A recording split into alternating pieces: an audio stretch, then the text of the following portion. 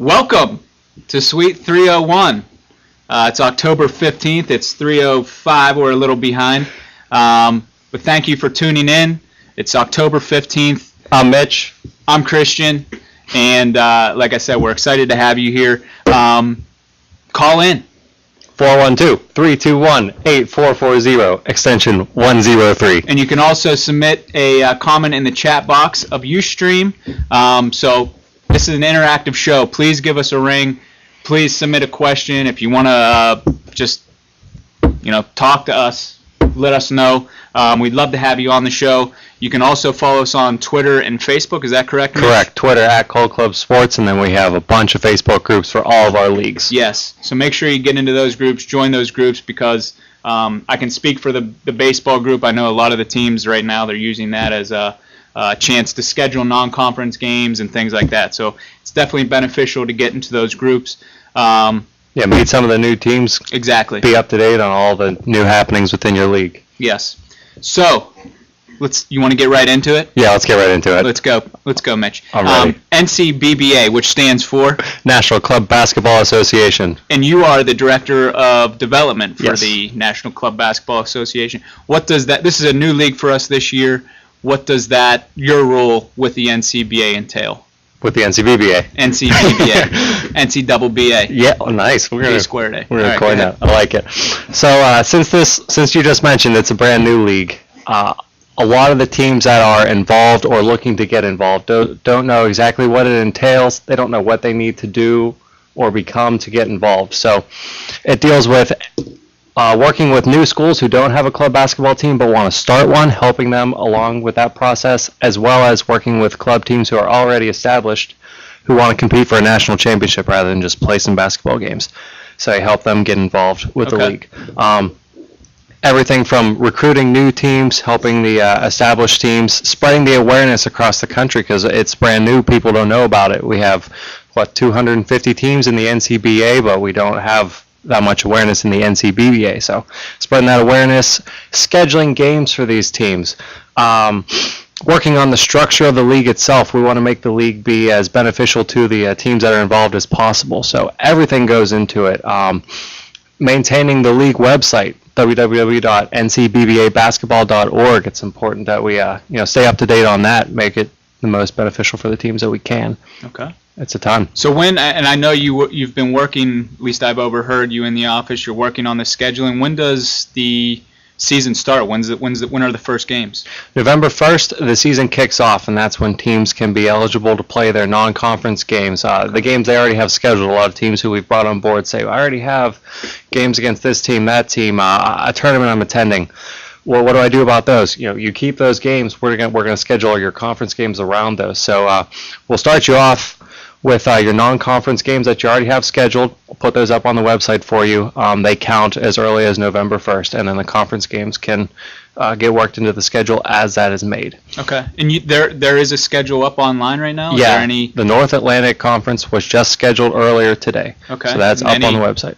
big name schools playing each other soon? I'm sure you just did the conference. Correct. We just did the conference schedule, and they haven't reported their non-conference schedules yet. It literally just went up this afternoon, maybe 2 hours ago. So there will be more to announce.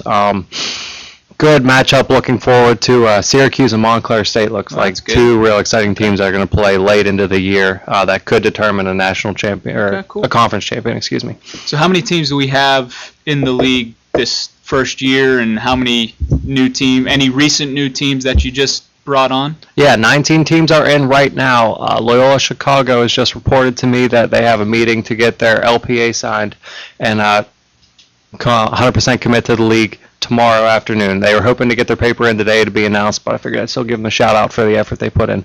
That'll get us to 20. Nice. The most recent teams are Syracuse, who I just mentioned, Spring Hill College down in the Gulf Coast, Loyola Maryland, Ithaca College, also in the North Atlantic, and DePaul in Mid-America. Okay, cool. Yeah, so Well, it sounds like things are going well. You mentioned they're able to start, did you say November 1st? yes. So we're only a few weeks. What's it, 17 days maybe? We're a few weeks away. What now? What's happening now? Are teams, I'm assuming, sending your non-conference games and things like that, but what are teams doing now at this point? Yeah, teams are if they're brand new, then they're working on getting their rosters together, Okay. building up their team. Next thing we'll need to do with them is coach them through academic eligibility, where they will get their players up onto the website's official roster. While they're doing that, they're scheduling non-conference games. They're beginning to interact with their conference opponents, who they don't all know. Some of these teams know each other from previous experience playing, but some of them don't. They're meeting their conference coordinators. Xavier Warner is the North Atlantic Conference coordinator, and Adam Taylor is down there in the Gulf Coast. I appreciate your help, guys, but they're just being introduced to their teams, so they're getting to know the teams, and the teams are getting to know them. Okay. At the same time. Basketballs? Are they getting basketballs, right? Yeah, basketballs. They're sending in. Keith Morris probably sent you your equipment form. Yeah, shout out to Keith. And you need to fill out that form, send it back to him, and we'll be getting your official NCBBA basketballs Wilson Evolution stamped with the NCBBA crest. Cool. Yeah, it's pretty sharp. Yeah. We're excited to get those out. Each team that joins the league gets 4 free every year. And they're stamped with anything? Or Yeah, the NCBBA shield. Nice. Pretty sharp. And I'm sure the teams are excited about that. president's signature on there. It looks good. From what I can hear in the distant background. Yeah, you hear that siren? The siren has went off. Mitch, good talk about. I'm excited about the NCBBA. I think it's going to be great. I think it's going to explode, and I think big things are happening, especially with you leading it up. I know the kids are in good hands. I appreciate it. I'm working hard for him, so good. Let's hope it pays off. Let's bring in the big guy himself, Keith Mora. Hey, Keith, how you doing, buddy? Welcome, Keith. Had a long walk from the Watch the wires. over there. Well, take a seat. Relax. A little breather here. How you doing? I'm doing all right. You look like you got a little sun. A little bit. It was a good weekend in Penn State. Oh yeah?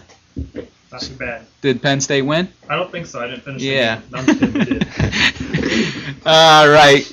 Keith's on board or on the show right now. Keith, as you can see by his shirt, well, maybe you can't see it, but we're going to be talking about NCFA. Yeah, so why don't we get you involved in the conversation? What week are we in now here, Keith? We're going into week 8. We're just finishing up week 7. New poll comes out tomorrow, actually. It's going to be a good week for us, I think. Middle Georgia State's holding strong, so we'll see. Okay.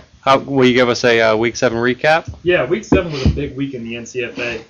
Middle Georgia State beat Rollins 54-13. That actually clinched them the number 1 seed and the home game for their conference championship game. So it was a big week for them. Ohio State beat Denison 31-14. That just kind of helps Ohio State show their strength in the league. They only have 1 loss right now, and that's to Coppin State. They're quietly still doing very well. I think teams kind of calmed them out a little bit once they lost to Coppin State. OC Tech beat Columbus State 32-16. What that kind of means is with that win, it seems to kind of put OC Tech in that spot for the number 2 for that conference championship game. That was actually a good game. That was a week 2 game, I believe. Okay. Earlier in the year. Do you remember who won it?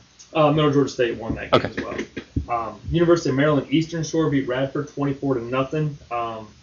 UMass is kind of just quietly winning games while no one's really noticing them. They're 500 overall, but they're 2-0 in their conference.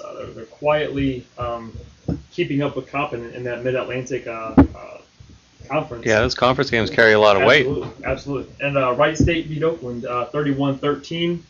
Wright State started off 1-3 this year. Since then, they've gone on a 2-game winning streak. Scored more than 30 in both games. They look to be pretty strong all of a sudden in the eastern part of the Great Lakes. So it's pretty good week for us in the NCFA. Awesome. It sounds pretty good. Yeah. Now, how about individual performers? It sounds like the teams have had a good week. Any standouts? Yeah. Middle Georgia State, they just keep coming back up on that National Players of the Week list, and for good reason. I mean, they're a team that just doesn't stop winning, it doesn't seem. Rico Lyons, the running back out of Middle Georgia State, actually rushed only 8 times this past week, but for 169 yards. That's 21.1 yards per game. Per carry, and on 4 rushing touchdowns. That's pretty outstanding. And then defensively, Kendrick Frazier, defensive end out of OC Tech, had 5 tackles, 2 of them for a loss, 1.5 sacks, 2 forced fumbles, and 1 interception. So once again, another good week down in the South Atlantic. That whole South Atlantic Conference just seems to keep popping back up on that National Players of the Week list. I mean, they're doing very well down there. OT Tech had a tough game at the beginning of the season against Middle Georgia State that kind of set them back a little bit. But they're a strong team as well, so we'll see. Okay. Now, you keep mentioning the National Players of the Week. When can we look forward to seeing the announcement? The announcement for the National Players of the Week, it was actually released today. Oh, it's already out? It's out today. It's up on the website. It's been made national. Awesome. Dude, Get on the website, check it out. Facebook, we're nationwide now. Just another reason to follow us on Facebook. Absolutely, and it's good Twitter. because it gives these guys who may have otherwise not had a whole lot of recognition for their performances a little bit more of a spotlight. So it's nice to do that for them. Okay. Now, what's coming up here in the NCFA? The roster freeze is on its way, right? The roster freeze is the big thing that we're coming up on right now. That's November 1st, and basically what that means, and every league has it. It's that point where you can no longer add any players to your roster. What you have is what you're going with. And to just kind of elaborate on that a little bit, I actually had a question from a team asking about, why do you guys do a roster freeze? What's the purpose of it? If we could find more players, why not allow us to do it? And I kind of just said to him, if Ohio State is doing pretty well, and this is just an example here, if Ohio State were doing well, and they suddenly realized that they had missed out on a player earlier in the year that was cut from the varsity team, say a running back, and you add him going into your conference championship week to your team, and he rushes all over whoever you were playing, and that pushes you to the national championship game, and he does the same thing again then, is that really fair, to be able to add someone that late in the year and have them impact your team and the outcomes of that game? So it's kind of that point where you say, all right, enough is enough. This is who you're rolling with for the rest of the year. You've had your opportunities to find your roster. This is what you're going to run with. So it's kind of just that point where it's kind of just cut it off. So this is what you're running with for the rest of the year. If you have guys that are still interested, obviously tell them, remain interested. Come practice with us if you want. You can do that. You just can't be added to the roster. You can't play in the games. So you're kind of keeping a team from adding a ringer, to carry them through the conference championships. Okay. Yeah. I understand. Well, Keith, I think that's all the questions I have for you, and sounds to me like our siren's going off now. So. Siren time.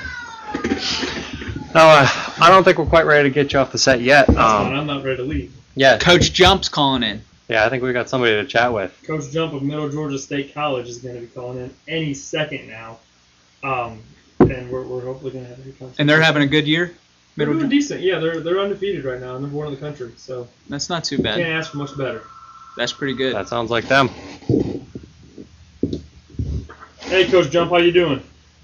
I'm doing good, sir. How are you? I'm doing well, thank you. This is Keith Moore, and I have Mitch Connor and Christian here with us on the set. Talk to you a little bit today. Yeah, welcome to Suite 301, Coach. Hey, Coach. Hey, how are you? Good. Coach, I just want to ask, after clinching a home game for the conference championship this past week, I'm not sure if you even realized it, what do you do to keep the guys hungry and avoid becoming complacent? Well, we just focus on the fact that a lot of people throughout not only our region but the country have a perception of club football being guys that can't make it in college football, and we just stress that this is an opportunity that they're blessed with, and every game you've got to basically approach as if it's a 0-0 season, and just take every game as that opportunity to prove yourself to not only the school and each other, but the people that are watching throughout the nation. Absolutely, and you mentioned the school. Obviously, going undefeated in conference, if you're able to do that, is going to show how strong the team actually is. If you guys win this week, you're going to end the regular season undefeated. No questions asked. What does that mean to the school as a whole for you guys to be able to have that accomplishment? Well, they're excited. They're excited for our kids. They understand that the kids have what it takes to, show effort to basically do what it takes to succeed on and off the field. Of course, there's guidelines that keep them to maintain certain grade levels in the classroom, and that's the concern of a school that's taking on a program such as football. And they're also excited that we get the recognition to potentially travel up to Virginia to represent the South Atlantic Conference in, potentially the NCFA championship game. Absolutely, well said. being the top team in the most recent NCFA poll, and it's looking like you guys are going to remain there with that win this past weekend. What does that mean to you as an NCFA team? We're just honored to be able to not only represent the school and ourselves, but the NCFA. Last year, as Macon State, we had some success, but couldn't quite get there, and we were able to bring some kids back. Of course, our college consolidated with Middle Georgia out of Cochran, so we're Middle Georgia State, but we still have some of those kids that were hungry, wanted to get past the hump and actually achieve what our goal was last year at that time. So we're just blessed and honored to actually be able to put forth the same effort, but this year to succeed based on expectations. Absolutely. And lastly, Coach, Rico Lyons, big game this past week, 8 carries, 169 yards, 21.1 yards per carry, 4 rushing touchdowns. What can you say about this young man? Because it's not his first time being the National Offensive Player of the Week. Well, when you take on, a team, you always look for a leader. And Ricardo Lyons is definitely your leader. And not only is he vocal to keep kids up, but he leads by example. And by putting up stats like that, being to practice every day, never complaining, and always just showing the younger kids what it takes to succeed is a blessing for our program. That's awesome. It sounds like he's doing very well this year. Keep riding that back and see how far he's going to take you. Coach, it was great talking to you today. I appreciate you taking the time to speak with us. Obviously, the Middle Georgia State College is in good hands with you, and I'll talk to you later. Thank you a lot. All right, thank you, guys. All right. That was Coach Jump, Middle Georgia State. He's going to rival Steve Spurrier for best public speaking, I think, down in the South. Yeah. Does he wear a visor? If he doesn't, he's going to get one. Richardson visors. There you go. We do make them. And quickly, before I get out of here, guys, Yeah. me and Scott Hoffman of George Mason have a little ongoing, Kirk Herbstreit versus Lee Corso rivalry going on here. So I got to make my predictions before I leave. And he's going to put his up on Facebook, and we're going to see who takes it. Last time we did this, he beat me, only by 1. Okay. I didn't give him credit for George Mason. I picked Wright State over them. So this is for week 8, this week coming up. I'm taking Coppin over Onondaga, Middle Georgia State College over Columbus State, UMass over Delaware PG, 13, George Mason over Radford, Dalhousie over Holland, Miami over Oakland, OC Tech over Emory and Henry, Robert Morris over Loyola, Wright State over Flint, and Vermont over Clarkson. Scott, if you think you can do better than that, I want to see it. All right? I want to see it. Wow. Any of those the big upset pick? To be honest, no. I kind of rode the. Are you going with the favorites? Kind of rode the favorites for this week a Smart. little bit. But Smart. you can't- It's good timing. That's efficient. That's how Good you. time. That's how you are time efficient. guys. Efficient and effective. That it is. I guess we got to What kick I'm you Use out of the then. time. Hey, it was great being on the show, gentlemen. Pleasure Thank you, having Keith. you. All right now. Yeah, it sounds like football is rolling. I feel like it just started, but I guess we're pretty deep into the season. Yeah, that's Crazy. the way these months go for us, though. Yeah, it's crazy. A lot of excitement. We're getting Savannah on the line. Savannah's the director of spring training and also oversees the NCA. She's going to be calling in a little bit. That's going to be our next topic that we're going to speak about. Savannah, What's up? how Yo. are you? I'm good. How's it going? Doing well. How's Colorado? It's beautiful as usual. How's the married life? It's the same as single life, I think. Really? I didn't get that. Oh. I didn't get that memo. Oh man, you're missing God. out. Anyway, let's talk softball. I mean, what's going on with softball? The teams are playing. I know pools are out. What's going on? It's Rolling. moving along smoothly. Okay. And the October pool, who was atop that?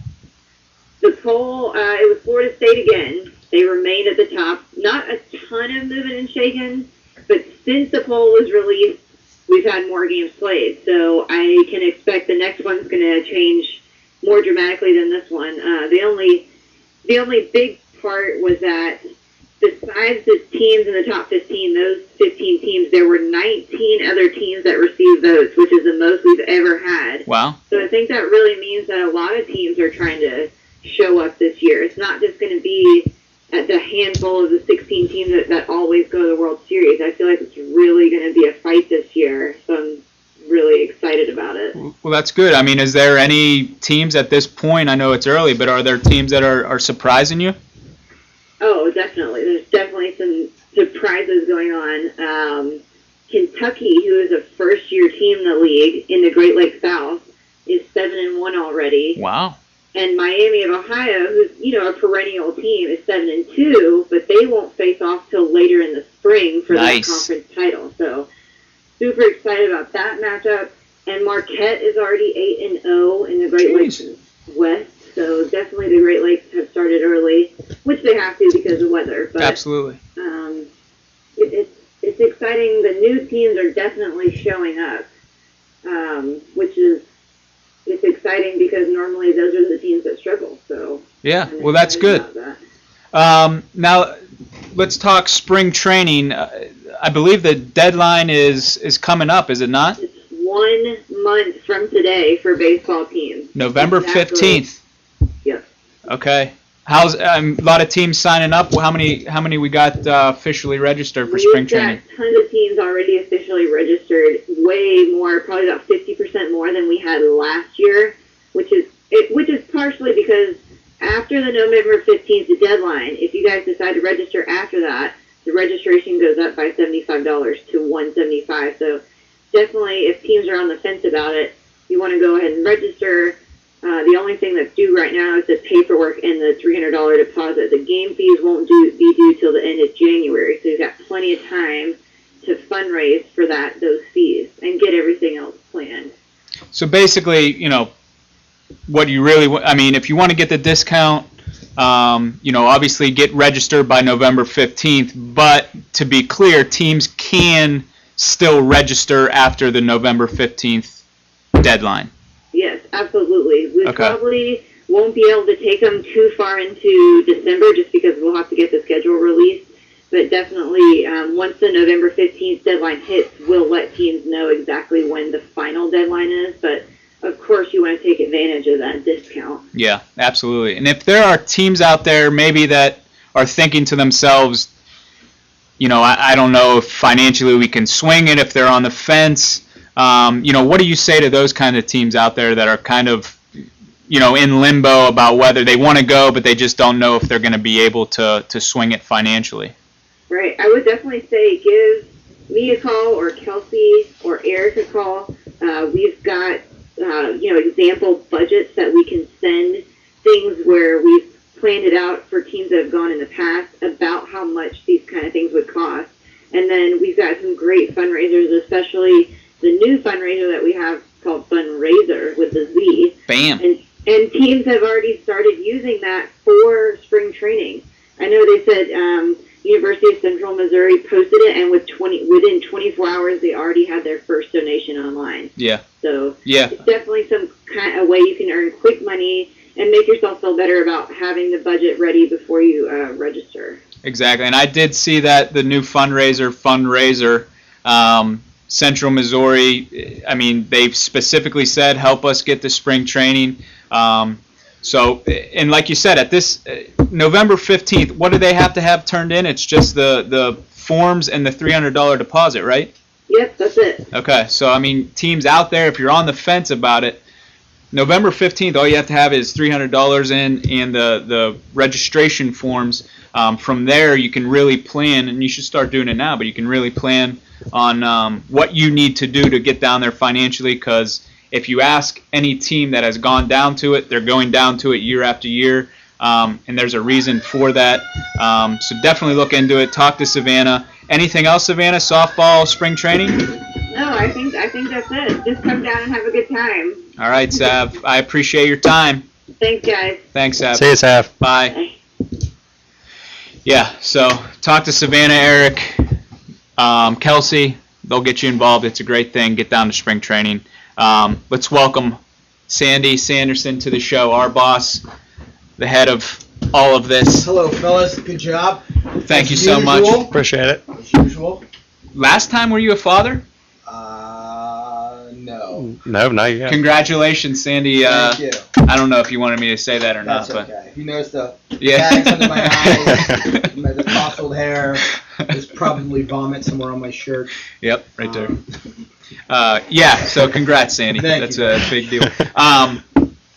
Sandy's on the show. We want to talk about Division I, Division II baseball. I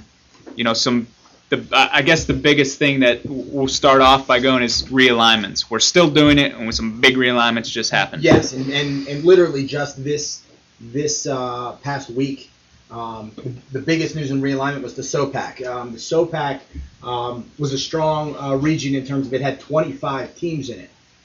That's a lot of teams for one region. Ideally, 18 is the perfect number for a region. What that does, it gives you 3 conferences of 6. 6 is a great number for a conference to play in. Plus, with 3 conferences, you end up with 3 conference winners plus an at-large bid, the regionals.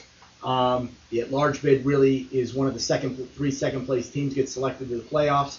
And what that driving force is teams that lose the first weekend of the season, their season's not done. Because you're playing for second place means something. You've got a chance to move on and advance. And if you look at our national championship game last year, both JMU and Penn State, the ultimate winner, were both at large bids to their regional. So we were able to take out 5 teams out of the SOPAC South and create a new district in Division 3 or Division 2 down there, which left us with 20 teams in the SOPAC, which we were able to consolidate into 3 conferences, a North, South, and a West.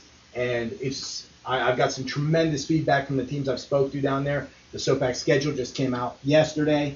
What you've got is really tough competition across the board right now. If you look at the South, with the South being Arizona State, Northern Arizona, Cal State Fullerton, Long Beach, USC, and UC San Diego, those are all tremendous teams, and any single one of those we could see in Tampa at the World Series. The West ends up being Cal Poly, UC Merced, UC Santa Barbara, former World Series team, UC Santa Cruz, UCLA, Stanford. And again, top to bottom, good talent there. And in the North, we got UC Davis, Humboldt, Cal Berkeley made the World Series last year, Nevada, Sonoma State, St. Mary's, and Cal State Sacramento. So this is a tremendous move for the SOPAC. I'm real excited we were able to make it happen and finally make it official this past week. And it's going to be, start to finish, tremendous conference baseball out there. And with that at-large bid, the regionals, somebody's going to take advantage of that and maybe punch their ticket to Tampa through that. Yeah, and it's not even. I mean, this move wasn't just to benefit the SOPAC. I mean, it was also for teams that were formerly in the SOPAC moving down to that Division II conference. I mean, it's helping these teams out a lot too. So across the board, Division I, Division II, I mean, it's a huge benefit. Absolutely, and what the Division II level really gives you is that chance. When programs struggle on the field, they start to struggle off, because when you lose a lot of games, you have trouble getting guys to come out for the team. And when the numbers fall, that's when programs start to dwindle and crumble. But with the Division II level, there should be a better level playing field of peers where they're going to be more competitive on the field. Get a few more victories, possibly compete for the District 3 or District 8 title out there, or a chance to go to the Division II World Series. Yeah. Yeah, I mean, I'm excited about it, overseeing Division II, that new district out west that, after the realignment, District 8 West became St. Catherine, now I'm drawing a blank, Arizona D2, LMU, San Diego, and Arizona State D2. I think I said that. I don't know. But that other 5th team, I wish I was more prepared, but Cal State Northridge. So that's a great conference in itself for Division II. So it's benefiting all teams. We're really excited about it. It's also it's opening the door for next year. We're hoping to get a Division II conference up north in California, because a lot of new teams are joining out in California, and the parity between the programs, a new team and a team that's been around for a decade, is pretty big. So this is going to help teams. We're excited about it. So it's just going to be something that just helps teams in the long run. Absolutely. It's tremendous move, and I'm excited for it. I can't wait for it to play out in the spring and see how it all results on the field. Yeah. And again, our goal for next year will be to get a Division II district up in that Northern California region. And so the next, but realignment's not done, and scheduling's not done. No pack. I know you've been patient up there. I'll be getting to you in the next 2 weeks. Your schedule will be coming out. And then the Gulf Coast. I know Christian and I have a meeting tomorrow with Ryan Norris to discuss Gulf Coast realignment as well. So more to come. More to come. But, big news is the SOPAC this month. Yeah. And we've had, since the last time we've visited with each other, we've had 3 new teams join the NCBA. The University of Houston downtown has just rejoined the NCBA. They were out not last season, but they were in the league not last season, but the year before. So they're coming back. Sacramento State, which is a team up in Sacramento, California, just joined. They're a Division I team this year. And then Colorado State University Pueblo has just joined. So those are 3 new teams that have joined from this last time we saw each other. Expecting probably 2 more teams coming on board this week, both Division II teams. But it's exciting about the growth this year. So we're thrilled about it. High Point University and Spring Hill College is the other team that is potentially moving on. How's everything else going around the NCBA? A lot of conference games non-conference games playing in Division I? Well, Mitch could probably speak better for it because most of it's in the North Atlantic, right, where he's in charge of. And then the Great Lakes, this is the first year they're allowed to count fall games as well. So there's been a little bit of activity in the Great Lakes, but the bulk of it has been in the North Atlantic. Yeah, Syracuse has a lot of non-conference games scheduled, getting them started. Albany's played a few. UConn's getting ready to. Hofstra is just about to have some. A lot of games have actually been exhibition because teams are afraid of giving up roster spots for some players. So we've seen a lot of exhibition games happening. A lot of Boston College, which are D2 teams, playing up with the big boys at D1. Yeah. A lot of close games, a lot of good scores. So it's been pretty positive so far this fall. I think those 2 teams are trying to, showcase their skills so that they could possibly get pulled up to Division I. Yeah, we know they want it, and they're competing, so it might just happen in coming years. And I know sirens going off, but I want to talk a little bit more. D2, tons of games have been happening. I don't want to talk too much about it, but Slippery Rock University is at 5-1. They're a new team. Akron's at 3-0. They're a new team this year, which is really surprising. And Cal of PA, they're 3-0, but they swept West Virginia a couple weeks ago, so they're a team that could be looking to win a conference. So those are the games that stood out to me when I was looking at the schedules the last few weeks. I also just want to quickly touch base. Mitch, you had a fall tournament, State College Classic. Was that last weekend? I think 2 weekends ago now. Was it? I don't know. First weekend in October. Okay. So 4th through the 6th. I went very well.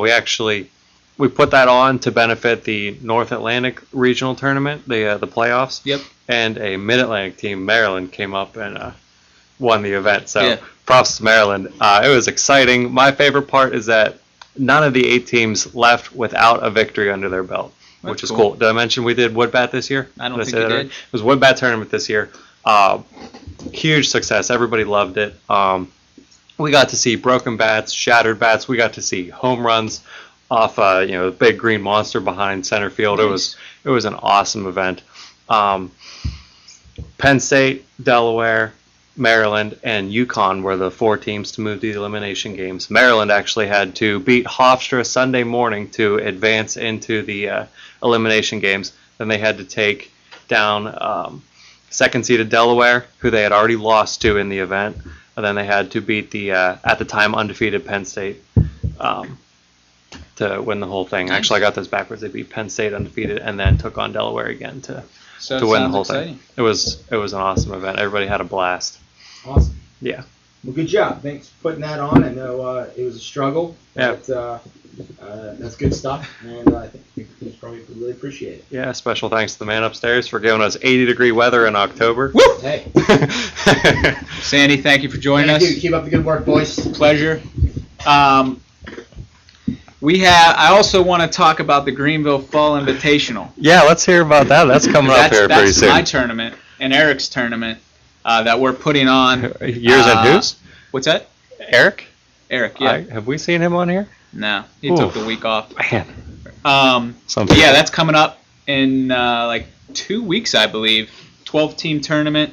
Really excited about it. It's our second annual one. The first one went fantastically. Don't know if that's a word, but I made it up. Hey, you just used parody earlier, so you get free passes the rest of the day. Pretty good. I don't know what that means, but I hear it. So excited about that tournament. And Ryan Norris, November 1st through 3rd is his Wood Wars tournament. He's got a lot of cool things happening, so definitely stay tuned to see how that went as well. But I wanted to get those out there. Guess we're done, right? Is that it? I think so. Oh. It's time to leave. Kelsey, Now we're done. Really? I guess she's got somewhere to be. Thanks for tuning in. Hope you enjoyed the show. Hope you found it informative. Mitch, what was your favorite part of the show? Besides you using parody? Yeah. Ooh. Well, Coach Jump was awesome. You know, I always have to give props Jump. Yep. to that. But I think the coolest thing for me on a personal level, having been to spring training last year and see what a huge success it is, to know that they have doubled the teams that they had at this point last year, it's going to be a huge event. And if you haven't gotten on board, you really need to. That's my favorite part, is to hear that it's rolling on all cylinders right now. Next episode, November 19th, 2013 at 3:01 p.m., noon 01 Pacific time. You can find a recording of today's show online at www.ustream.tv/channel/Suite301. Did you write that down? Don't forget to follow us on Twitter or Facebook. Oh. Well, hey, Oh, jump to it. man. For I don't all want the to latest anymore. updates, see you next time. Twitter, Alcohol Club Sports. Peace and blessings. We're done. See ya. Kelsey.